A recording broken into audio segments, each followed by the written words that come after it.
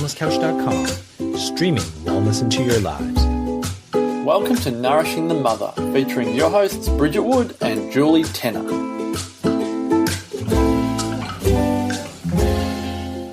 Hello and welcome to Nourishing the Mother. I'm Bridget Wood. And I'm Julie Tenner. And today's podcast is Making Selfishness Okay in Motherhood. Before we dive into this topic and these stories, I'd love to invite you to jump on to nourishingthemother.com.au and on the homepage, sign up to join our tribe.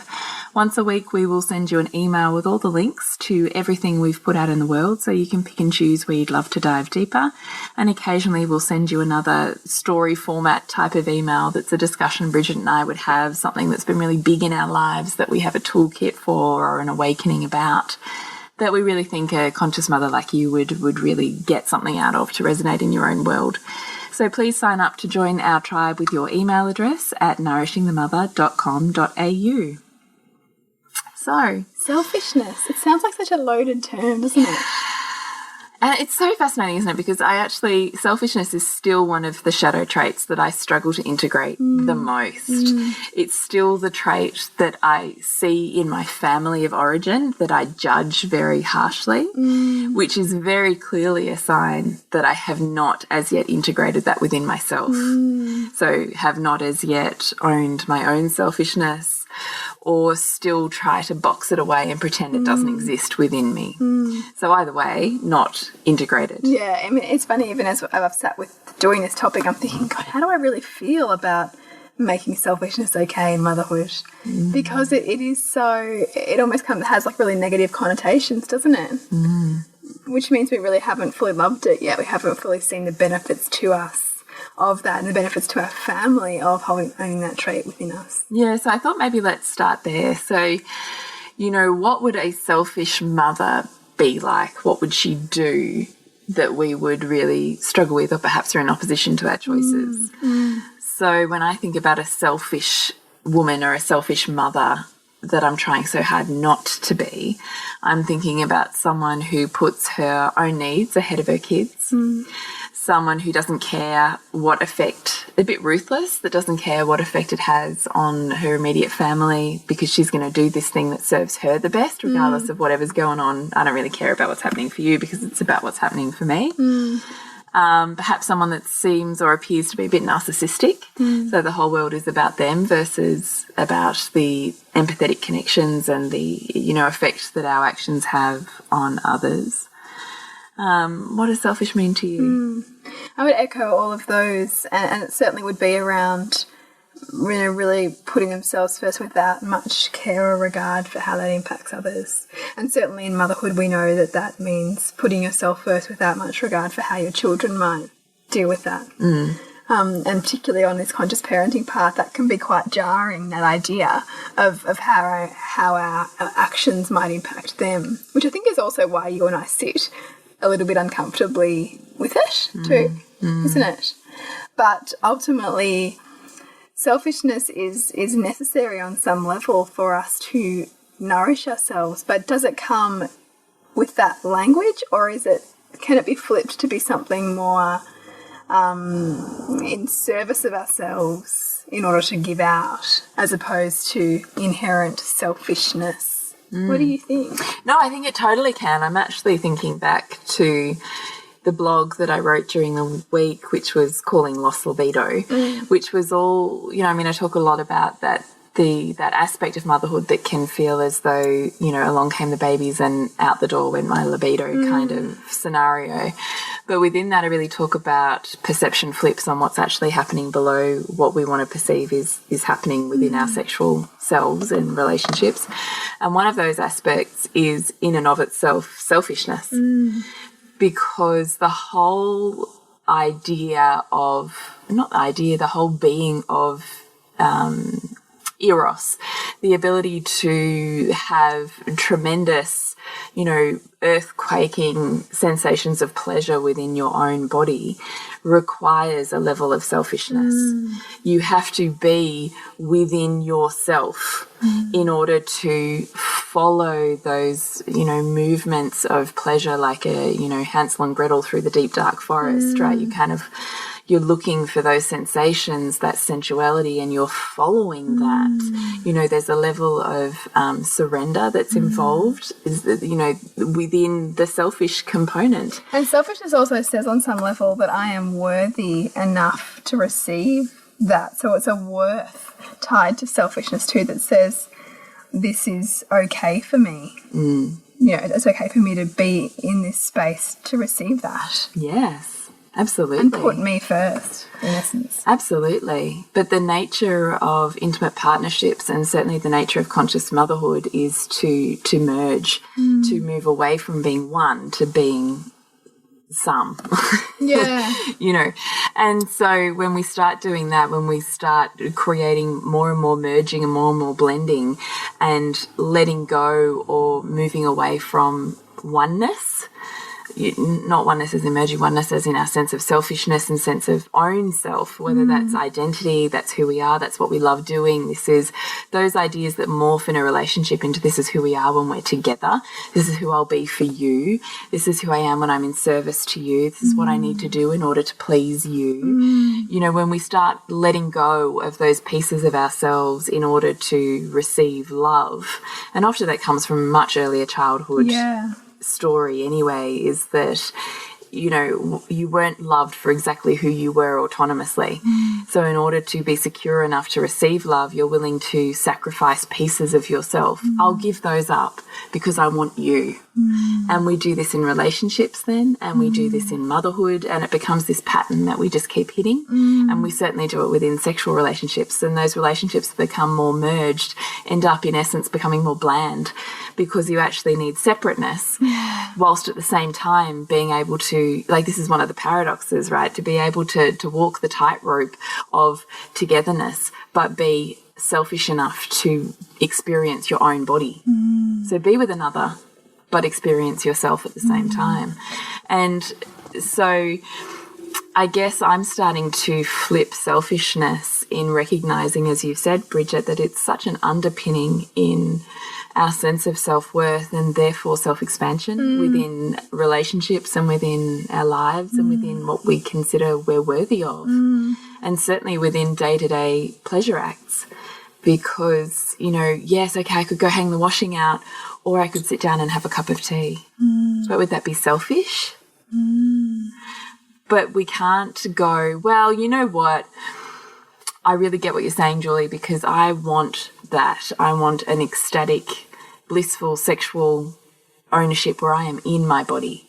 I'll take that. So I'm going to really work hard on owning myself and, you know, receiving and making worth of my body and myself to receive there. But during my day, I'm going to give up absolutely everything of myself to be in service to my children, my husband, my partner, my job, my to-do list, my house. No. What's done one place is actually reflective of what's done every place. Yeah. So to be able to make the ability to receive, to expand your capacity for pleasure, and to certainly be able to sit more deeply within yourself and your own oneness within a pleasure state, you have to actually start the foundations in your day-to-day life. And this is where it starts to get practical. And I know that you and I have said previously in other podcasts, it's far harder to say yes to pleasure than you think it is. Because it's pleasure, right? And you can, and you know, as a mother juggling a zillion things, you can find 1,001 other things that are supposedly more important than first giving yourself that which you know deep down that you need. Yeah. Because it is a need, I think. I mean, I think even about last night, and I really carved out like an hour for jade egg practice.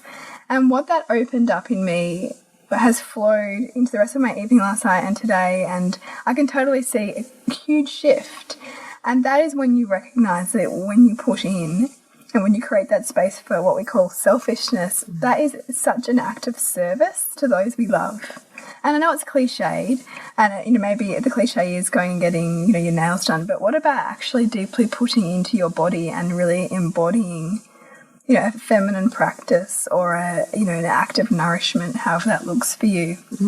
Because, you know, we need to create space for that and create almost like a date with ourselves when we know we're getting off kilter to come back in. It's like last week's, you know, podcast being, you know, when the mothership falters. It falters for a reason. It falters so that we know how to come back into ourselves again. it falters as like a red flag, so that we figure out, oh, there's something I'm not giving myself here, and that is why I'm frustrated or, you know, unable to listen to my kids, or just unable to feel connected to my partner. Those are all feedback for us to perhaps create space for more selfishness. One, I guess, story recently for me has been a film event that we had where we showed the documentary that I featured in, that we took on the road trip, on the Rice Regional road trip, and it was an amazing night, and it was so awesome, and there's quite a few beautiful members of our tribe at the event, which was great to see too.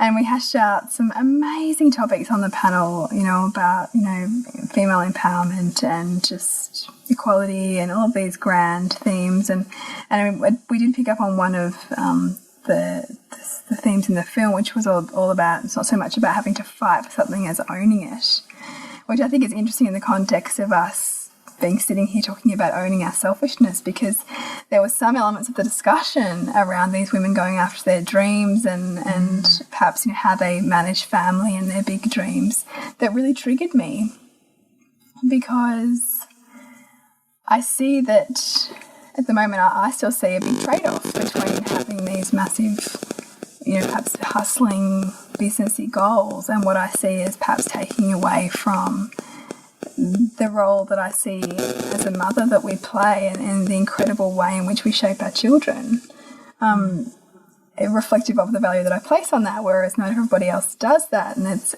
such a fascinating reminder that when we get into a space with other mothers who have different value sets as us, we do find it, like we can feel a visceral reaction in our bodies when we realise, oh, that hurt a bit to hear that.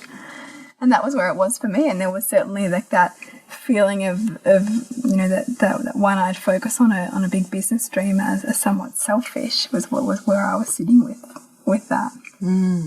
Because why? Why was it selfish? I think because of my interest in developmental psychology and belief that how much we are present and able to listen to our children and foster their development in those first 7 years really lays down the pathway for their lives. And so when you hear people say, oh, you know, it doesn't matter, like, you know, they don't remember anyway, it just seems like such a cop-out to what you and I know about how we are so deeply, profoundly shaped. And programmed in our first 7 years. And programmed. You know, it's everything else we ever go through, you kind of go, whether we're conscious of it or not, is referring back to those early years. And so for me, a label that works to feel safer in my value system, which is not right, by the way, it's just my value system, you know, can be to label other people's choices as selfish, because it makes it outside of me. It makes it something that's not me, and that I'm over here doing my selfless act, maybe, of service. So it's a way of valuing your values. Yeah, and making, like, staking a kind of space where I say, like, this is the right way. You know, I can. Well, it gives you a furor to doing it. Well, and I totally see the genius in it, because it brings me back into, like, galvanizing what I feel is important to me. But at the same time, I really recognize how we all do this, right? We all do this kind of self-reflection and make, like, based on what we see, other people's perhaps ideals as wrong and ours is right, because of course our values are right. But I could totally see it playing out, and I was really sitting with the edge of it and really kind of opening up into making okay the full spectrum of what we choose, because, you know, we're all after the same thing in essence, and we all want for our children the same thing, but how we seek to go about achieving that can just be different. It can be just in really different forms. And ultimately, as mothers, we carve out our own road based, in essence, over what we think was most missing for us. And so if we think, you know, perhaps a stable, you know, secure home, you know, where we could put food on the table was most missing for us, then we will, you know, go out and do whatever we can to find a job that paid really well so we could pay our way for our kids. But that might mean that there's not much time that we spend with them, because for us the wound is being able to feed them. Whereas for others, you know, you might have grown up with a mother who was incredibly like professionally successful and focused on her career, but kind of absent when she was with you. So you're craving the emotional connection that you missed, that you think that you missed.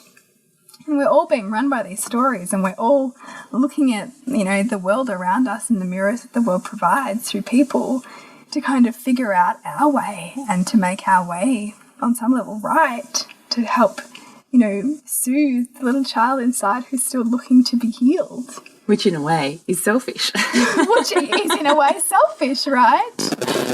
It's so beautiful because it's true. And so even our, you know, in inverted commas, selfless service where we're the mother martyr and we can't give back, can't put back in, is on some level trying to soothe the inner child in us through the mirror of our own children who is craving that service, that kind of constant receiving. But what if we could look inward to ourselves and recognize the story so that we can fuel ourselves in a way that is more conscious through that accessing of this selfishness that we're talking about here, through nourishment, through, you know, giving ourselves whatever it is that we deeply value and making that okay. And by being, as you're saying, by being able to dismantle the beliefs that hold us back from being able to do that. Yeah. Which in essence I kind of wonder is also the crux of self-worth, because how worthy do we feel to be able to actually do the things we need to do to expand our tolerance for the thing that we're running from? Do you know what I mean? Yeah.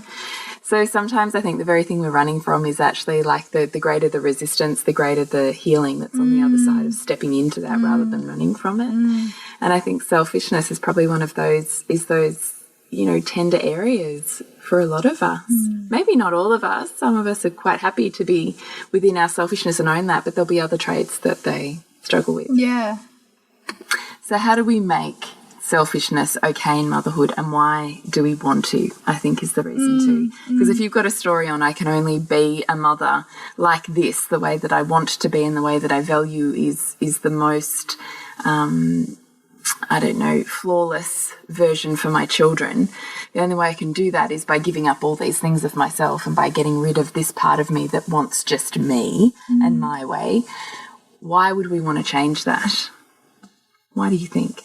I think we really need to ask the flip of this, right? So it's, what does me being selfish, by whatever definition and whatever action that means for you, how does it actually benefit your child as opposed to take it or take away? Because the very judgment of, you know, selfishness in motherhood, it means by virtue that somehow someone is worse off as a result of your choice to be selfish here. Yeah, it's true. But what kind of resourcefulness does it create within your child? What kind of ability to step in does it create for those other people who are around the child, whether it's, you know, the father or somebody else who's looking after the child? How does it help them enrich connections with other people around them that's not you? Because when you step away, someone else steps up. Yeah. And there's also, I think, on some level, perhaps an ego attachment to seeing how other people might be able to play that role for you. If you have a strong identity around your motherhood and you needing to be that nurturer, can mean that the whole idea of selfishness in mother is almost like a, you know, and at the antithesis to the nurturing, you know, mother. Yeah, you're right. You know? Antithesis is the perfect word. Yeah. We should just say that, Bridget. I just think we are struggling to do this podcast because you and I are struggling so much to integrate our own selfishness. We really are. Let's do this work. Okay, the purpose of selfishness. The really good stuff in selfishness is that you get the opportunity to expand and experience more areas of life than this one of family and relationship. You have the opportunity to find out who you are as a soul on a journey, as a soul and a being who is here to give of themselves in service to make this world better. You get the opportunity to really work out who you are and what your mission is and how to shine brighter. And often those painful lessons that you've learned will be the very thing that, you know, healing comes when we're able to transform our pain into wisdom for someone else and save someone else from that experience ultimately, and give them the skills to get through that. And being selfish gives you the opportunity, the pause long enough to go within, to ask the deep questions, to carve out the time to do the work that you need to do it. It's time of restoration.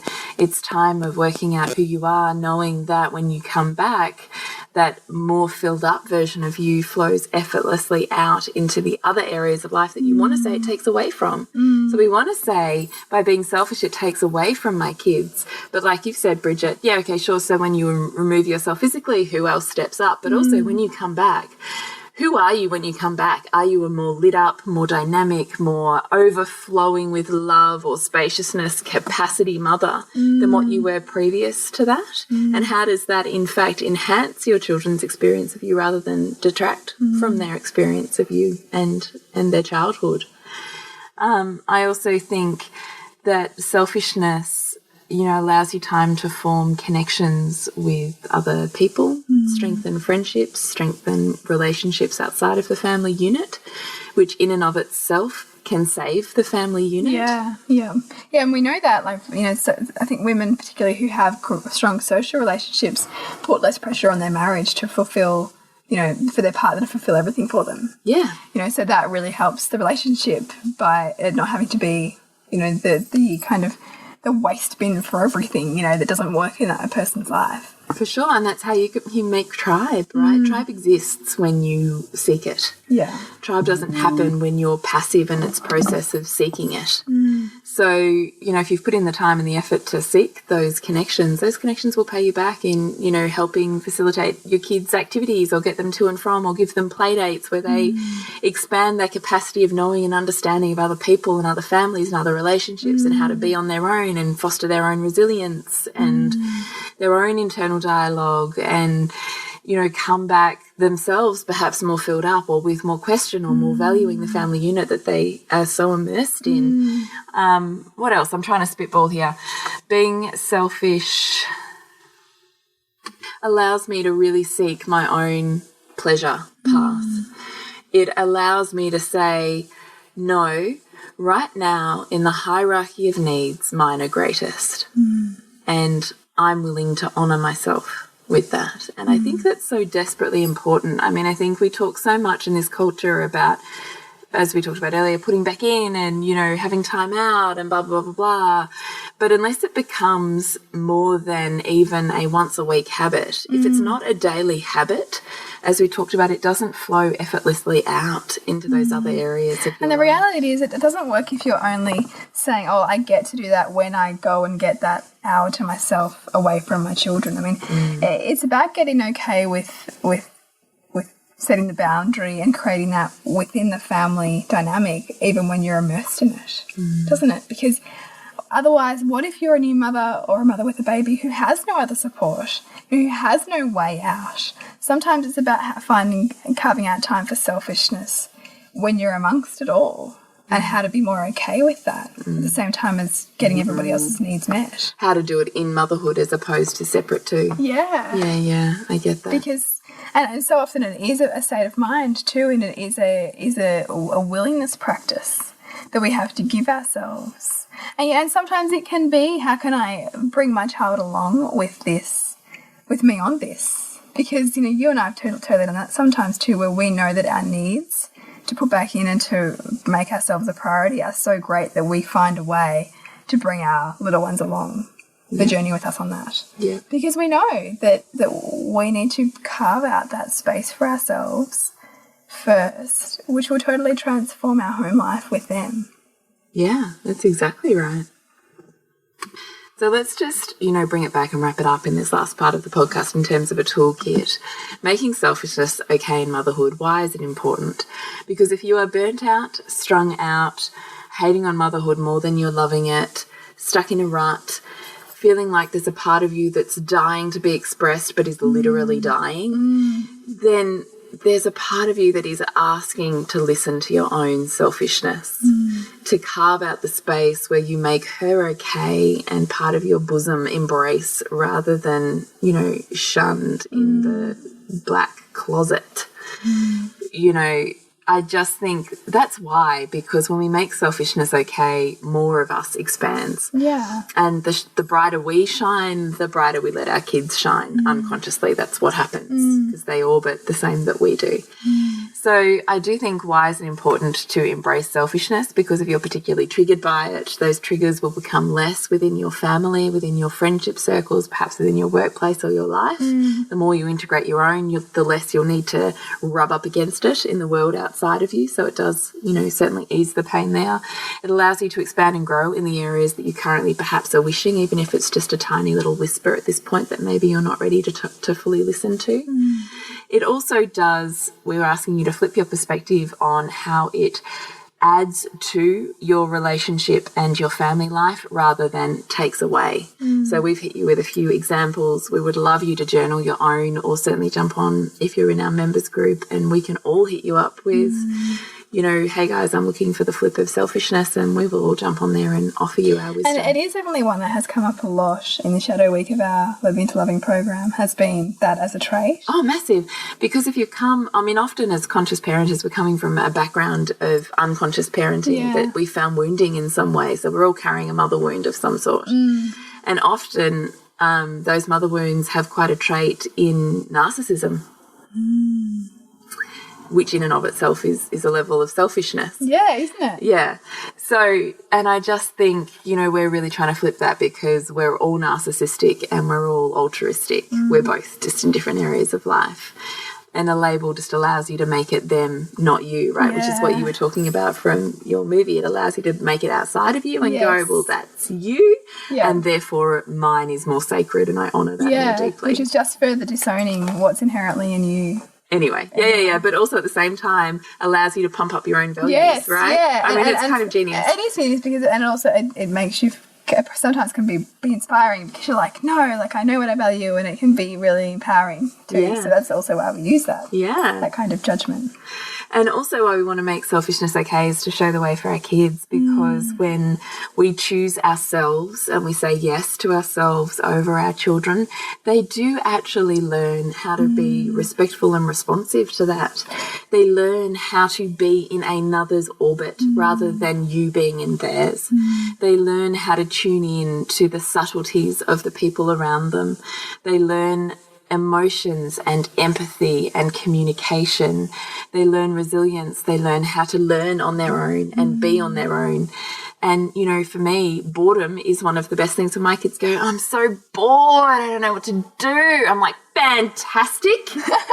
Well, boredom, you're just on the verge of something amazing. And that's your job, not mine. I love that.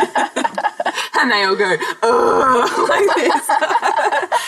But 100% of the time, they go find something amazing to do. Yeah. Because I've removed myself from being responsible for that. I've chosen me and my needs over that. And they also get to witness what it's like for someone to choose themselves. And it gives them permission to choose themselves. And I think for all of those reasons, say yes to your selfishness. I love that. So we hope there's something in here. Choose your daily acts of pleasure. Choose your daily yeses. Just say yes. Do you know the funniest thing? I was listening to this book a couple of weeks ago with Shonda Rhimes, who wrote Grey's Anatomy. And she has this book called The Year of Yes. And I had listened to that whole audiobook over the course of a couple of weeks. And then I was walking in the shopping centre with my 4-year-old and my baby the other day. And she's talking away, because she talks all the time. And she turns around to me and she goes, hey, Mum, just say yes. No way. Yeah, way. And I went, what? She goes, that's what I'm saying. And she skipped off, and I was like, well, as if that's not a sign from the universe. Wow. And then I walked into the $2 shop, because I was trying to grab a couple of wrapping paper things, and and on the desk, the counter where I was paying, they had these little tiny wooden signs. One of them was, just say yes. I thought, Well, here's synchronicity. Yeah. Right? I read the year of yes, and I've got in my head, just say yes more. Just say yes. Say yes to the things that you would rather say no to, because even when they're hard, and especially when they're hard, and you say yes, your world expands. It's so true. It's so true. Yeah. And Shonda Rhimes, I mean, she's talk about, hashtag killing it as a woman in the world professionally. She has a full-time nanny for her kids, and she really openly in this book talks about the conflict that she felt between, one, being a single mother, but two, being a mother who deeply, passionately loved her work and worked excessively long hours and excessively hard, and got to the point where she realised one day her children didn't miss her and weren't using the usual, little nicknames and things that you naturally kind of do as an intimate family dynamic. And she turned around, she flipped that, and she said, from now on, every time my child comes to me and asks me to play, I'm going to say yes to 15 minutes. And that really sat with me as well. And I have actually since then thought about that and thought, I could do that more. I could say yes to 15 minutes, even when I think I don't have time. I've got 15 minutes. It's such a great reminder, isn't it? Yeah.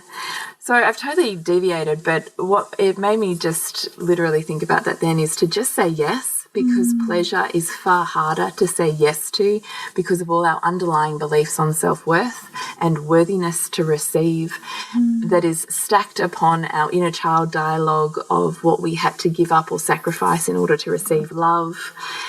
And I just think say yes to more pleasure for 15 minutes is what I think about selfishness. It's a beautiful thing to leave our tribe with. And come join us for Loathing to Loving. Yeah. We started yesterday, but we have 5 weeks.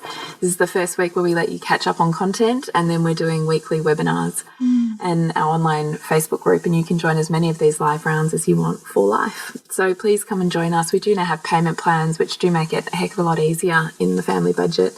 So please jump on to nourishingthemother.com.au/online programs and have a look at Loathing to Loving to join us for 5 weeks to break apart your selfishness and your self-worth and the beliefs that are holding you back to being something, I don't know, shinier, paving the way for your children.